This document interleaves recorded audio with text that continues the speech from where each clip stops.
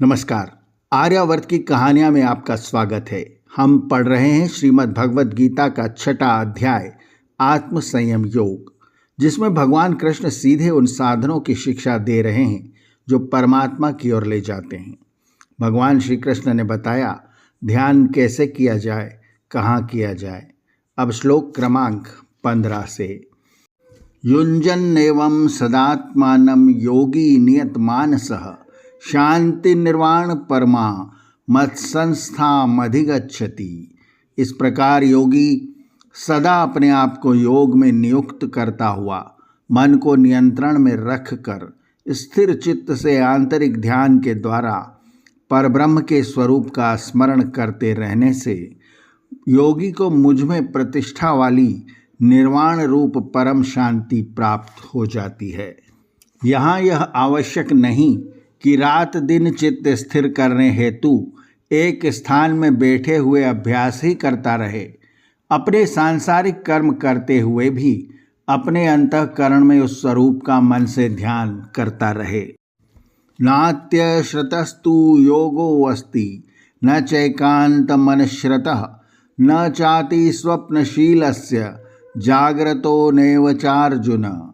हे अर्जुन, यह योग अतिशय खाने वाले को यानी ज़्यादा खाने वाले को या बिल्कुल न खाने वाले को और खूब सोने वाले को या अत्यधिक जागने वाले को सिद्ध नहीं होता।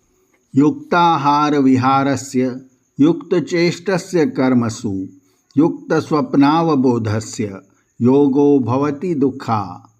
जिसका आहार विहार नियमित है, जिसका कर्म आचरण संयमित है और जिसका सोना जागना परिमित है, केवल उन्हीं को यह योग सिद्ध होता है और उसके दुखों का भी नाश करने वाला होता है। यदा विनियतं चित्तमात्मन्येवावतिष्ठते निःस्पृहः सर्वकामेभ्यो युक्त इत्युच्यते तदा। जब संयत मन आत्मा में स्थित हो जाता है और किसी भोग की इच्छा नहीं करता, तब वह सर्व कामनाओं से निष्प्रह हुआ, अर्थात सर्व कामनाएं उसमें विलीन हो जाती हैं, तभी मानो वह योग युक्त हो जाता है।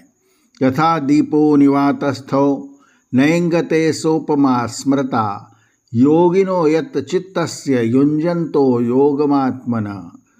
वायु रहित स्थान पर रखे दीपक की ज्योति जैसे निश्चल होती है, हिलती डुलती नहीं, वही उपमा चित्त को संयत कर योगाभ्यास करने वाले योगी के लिए दी जाती है।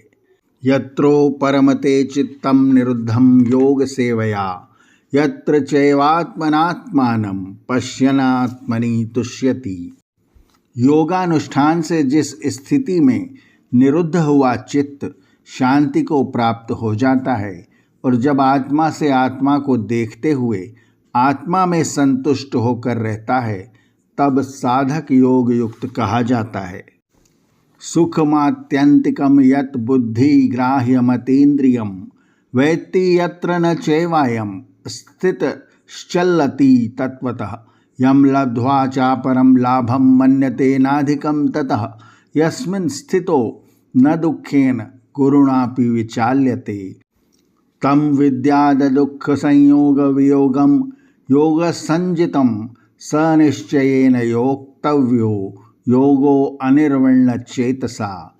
जहाँ उसे बुद्धिगम्य व इंद्रियों से परे अर्थात इंद्रियातीत अत्यंत सुख का अनुभव होता है और जहाँ चित्त एक बार स्थिर हो गया तो फिर नहीं डिगता। इस प्रकार जिस स्थिति को प्राप्त करने पर उसकी अपेक्षा दूसरा कोई लाभ उससे अधिक प्रतीत नहीं होता, जहाँ स्थिर होने पर उसे कोई बड़ा से बड़ा दुख भी विचलित नहीं कर सकता, इसी को दुख व सुख से वियोग वाली योग नाम की स्थिति कहते हैं। इस योग का आचरण प्रफुल्लित मन से अर्थात बिना उकताए निश्चय के साथ करना चाहिए। इन चारों श्लोकों में ध्यान द्वारा समाधि का वर्णन है। पातंजल योग के अनुसार चित्तवृत्ति के निरोध का नाम योग और समाधि उस निरोध की पूर्ण अवस्था है। चित्तवृत्ति के निरोध के द्वारा अपने आत्मा को पहचान कर लेने से जो सुख प्राप्त होता है उसे आत्मानंद या ब्रह्मानंद के नाम से जाना जाता है। इस शक्ति या आनंद को ज्ञान एवं भक्ति से भी प्राप्त किया जा सकता है, जिसका वर्णन भगवान श्री कृष्ण अगले श्लोकों में करेंगे। आर्यावर्त की कहानी के अगले अंक में भी जारी रहेगा 6वां अध्याय आत्मसंयम योग।